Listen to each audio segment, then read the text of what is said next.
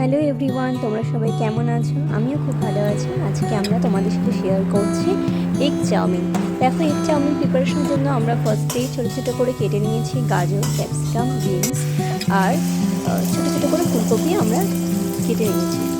তারপরে ওইটাকে আমরা ফার্স্টে সিদ্ধ করে নিয়েছি জলে। সিদ্ধ করার পরে সাথে আমরা আলাদা করে কেটে নিয়েছি পরিমাণ মতো পেঁয়াজ আর লঙ্কা আমরা আলাদা করে কেটে রেখে দিয়েছি।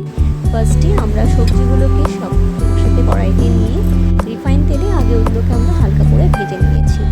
অল্প করে লবণ দিয়ে তোমরা ওগুলোকে ফার্স্টে ভেজে নেবে। ভেজে নেওয়ার পরে জলের মধ্যে অল্প পরিমাণে রিফাইন তেল 1-2 ফোঁটা দিয়ে তোমরা চাউমিনটাকে আলাদা করে সিদ্ধ করে নেবে, তাহলে চাউমিনটা ঝুরঝুরে হবে।